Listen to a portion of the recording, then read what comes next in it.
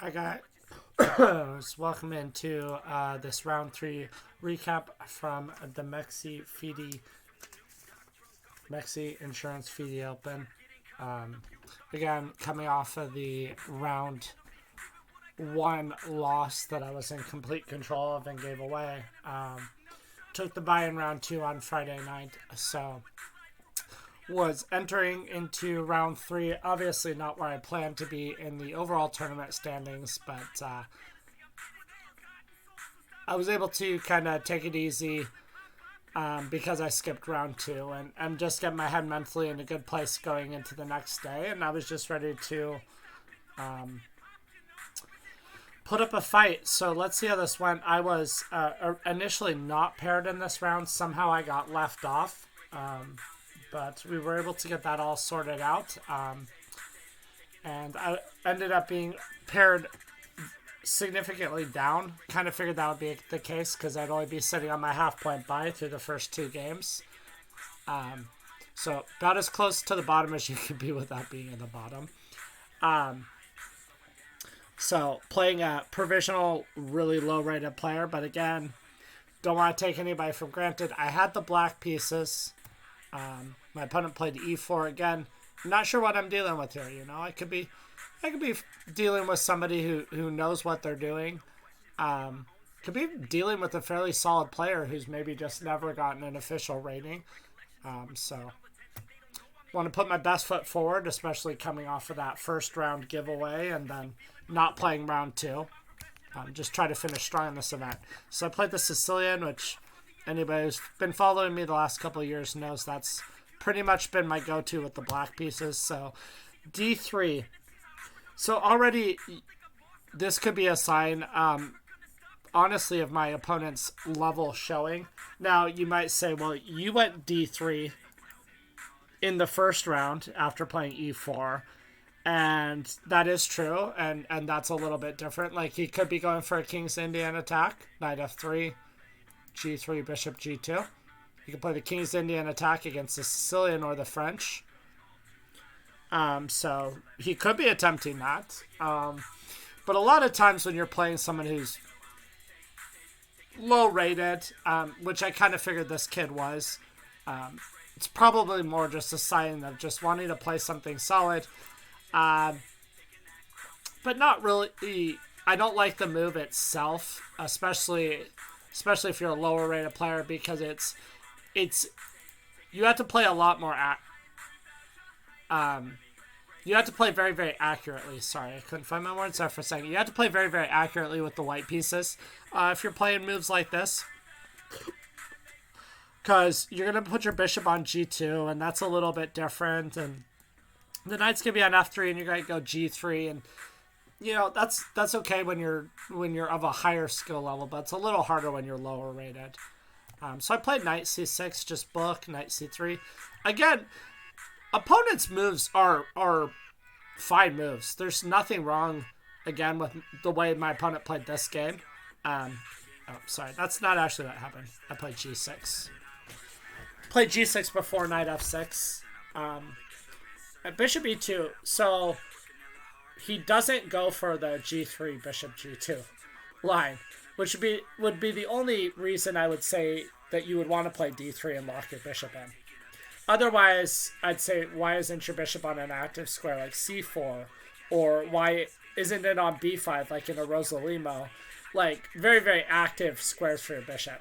It's going to be very hard for that light square bishop to find a clear objective. Again, is the position losing for white? No, it's not. I just feel like white has better options, and why block this bishop in early in the game? So bishop g7, castles, knight f6, standard developing moves. Bishop g5, and h6. I could castle first. I could play bishop g4 first, but I decided to just kind of put the question to him early. What are you going to do with your bishop? Do you actually understand what's going on in this position? Do you understand that your best line of play is going to be to play bishop e3 and maybe queen d2? Or are you going to show your level right away and just willingly part with the bishop and give me all these dark squares? just trying to get him to give away some information early on in this game about his skill level. And he dropped back to h4, so yeah, that was definitely one of the better options. Obviously, if he plays bishop f6 in that position, he's really clearly showing early on that he doesn't understand what his strategy is supposed to be, because you don't want to part with the bishop in that scenario. But black is better here. Black is already better here. Bishop e3 was the best square, like I just said. So I castled. And he played a3. Again, kind of another sign of he's not really sure what to do. And he did take his time. He did move slowly here and try to come up with something to do. The whole purpose of him playing a3 is to play b4. And some of you might be saying, well, doesn't that just give away a pawn? C takes b4, a takes b4, and knight takes b4? And that's true. And it also completely opens up the dark square bishop on this diagonal, potentially. So a3, at the time I didn't know if he was going for b4, but that is what he ends up playing. I played bishop g4. And I kind of just wanted to provoke him. I figured he might play h3 is very natural. And then I'd kind of made up the decision I probably wasn't going to take on f3, even though there's nothing wrong with that move. I just didn't see any reason to play here, h3, and then bishop f3, and kind of give his bishop more scope. So my idea was to play bishop e6. The idea behind bishop e6 is we're putting some pressure here. Maybe at some point we might go queen d7, sack the bishop for a couple of pawns is an option. But bishop e6, we also give ourselves the option of maybe playing d5 at some point to open up the position for our pieces. And my opponent played b4 here, so I'm going to assume that was the reason he played a3, but that's just... It's just a blunder. Just loses pieces. So actually cb4 was what I played, and I just a-b4, knight b4, and I won the pawn. Actually, g5 is better first. Why would we want to play that first? Let's look at this. g5, it says b5. What's wrong with bishop g3? Why would we go to this effort to play g5 first? Oh, we have knight h5. We're targeting the undefended and pinned knight. Very nice. And then he's got to go like queen e1 to defend the knight. And then we just... Do we take twice or we just take once? Oh, wow. Again, computers are very nice with some of the things they can find. The computer thinks it's stronger to not even take on b4 in this position and just play rook c8. The idea is that maybe we're going to drop our knight back and we'll have two attackers on this pin tonight. But there's nothing wrong with just winning the pawn. There's nothing wrong with winning the pawn, which is what I did. And I don't know if he saw that he was going to lose a pawn or if he thought rook b1 was good to sacrifice a pawn for the open b file. But the truth of the matter really is that we could just play a5. We're defending our knight, and at some point the a pawn's going to get rolling, and it's just going to be game over. Up a pawn at this point. d4, so he's trying to gain some space in the center of the board. But you guys are going to see quickly white's position just falls apart. After rook c8, was that one of the best top 3 moves?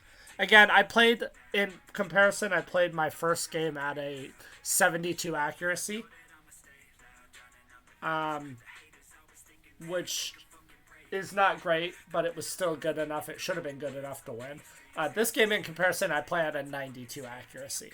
So two very different types of games. But a5, d4, I was curious if rook c8 was one of the best moves. Yeah, rook c8 is the second best move. Again, g5 is much better. But rook c8 is winning as well. So we're targeting the undefended knight on c3. And we have pressure against this c-pawn. It's just not very pleasant. Even was considering ideas if he played like queen d2 or something. Maybe we sack. and play like this. I might even play this position, and black is still much better, even though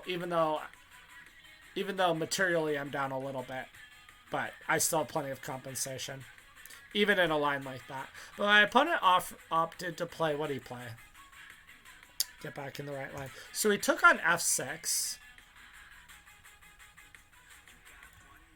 I took back, and now he has to defend his knight. So he moved it. And the only thing we really have to worry about is don't take on c2.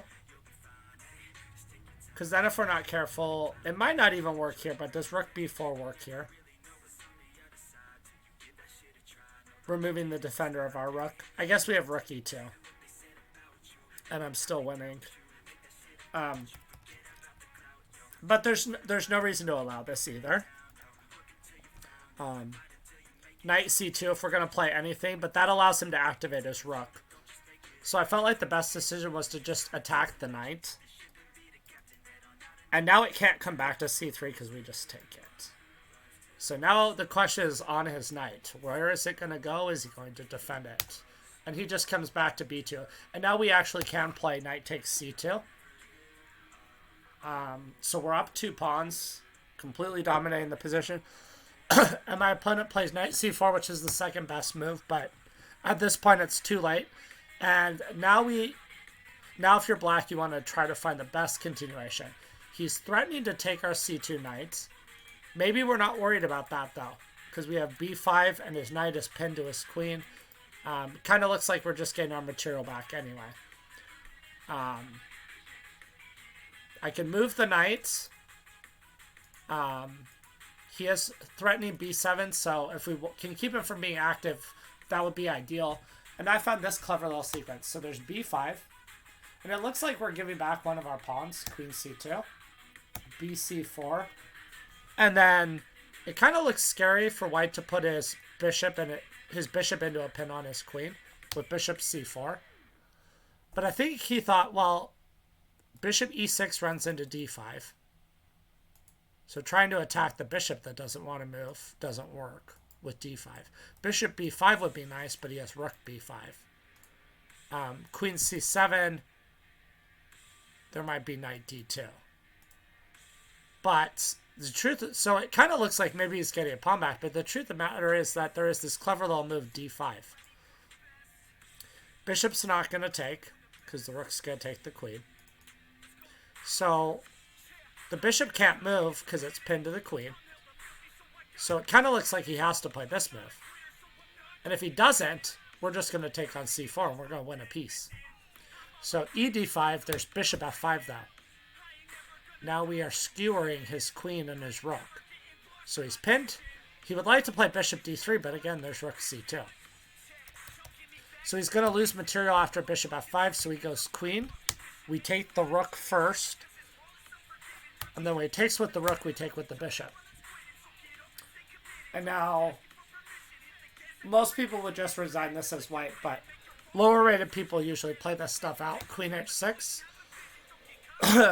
Again, a quick glance around the board. White has nothing. Knight g5, threatening mate. We just take. We're up material. I played queen d5, now knight g5. Now we have 2 pieces defending that square, so he can't even... It's not even equal trade. He just hangs material. He played g4. Typically the case when you're playing lower rated people and they've blundered a piece or two, more blunders are quickly to follow. That just blunders the knight. And then rook b6. Not really any threats here for white. We would like to play rook c1, king h2, and rook h1 mate, but the queen can take the rook. So what we do, we just play rook f c8. And then I don't know how this move is better than just resigning the game or resigning the game a couple of moves ago, but he played rook b6. Again, I could take on f6. He doesn't have any threat. I can play queen f6. But that really prolongs the game when we don't need to because we have rook c1. He can walk into mate in 1, king h2, rook h1, or he can sack his queen. And then our rook comes in. He sacked his queen, rook, and then king h2, and then rook h1 is mate. So a nice little bounce back. a nice little bounce back after that first game performance. Nice to get in the win column. Not super instructional. Not a lot of technique needed when lower rated people blunder pieces like that, but a good example. Definitely could be applicable to some of the younger, lower rated people who might be watching this, who to look for options, especially when you're playing people who are higher rated than you. Try to not be passive. I mean, there's still a strong chance you're going to lose because you're the significantly lower rated person, but it's better to go down with an active position. And early on, just d3, bishop e2, like, think about early in the game. Say he plays like knight f3 instead. Knight f3. And I go knight c6. Bishop b5. Or even bishop c4. It's possible you make a blunder and the game is over just as quickly. It is possible. But it's also possible that because you're more active, the game goes a little bit longer because you made a move like bishop b5. Which is much better than playing d3 and bishop e2. So think about that when you're going into your games. It would be better to go down playing actively than putting your pieces in a passive scenario. You know. You already have a lot of things going against you when you're a 700-800 point underdog. You don't need to make life more difficult for yourself by not being active. I would encourage you to just try to be as active as possible when you're in a scenario where you're the significantly lower rated opponent. To give yourself the best chance, I feel like you should try to be as active as possible. Anyway, hopefully you enjoyed this recap. This one's a lot more brief than the last one. The next one should be a little bit longer. My opponent was 300 to 400 points stronger than this opponent in this game. A little bit more to talk about. So looking forward to talking to you guys about that in a little bit. Thank you for watching. Make sure if you're not following already, sub to the channel. Definitely appreciate that. Check out any of my other social media links to follow what I'm doing in tournaments, teaching-wise, videos I'm posting, all that good stuff. Appreciate you guys. Thanks for watching. Also, if you like what you see, feel free to leave a comment in the chat. Definitely would love to interact with you guys. And I'll see you guys later. Thank you for checking out this video.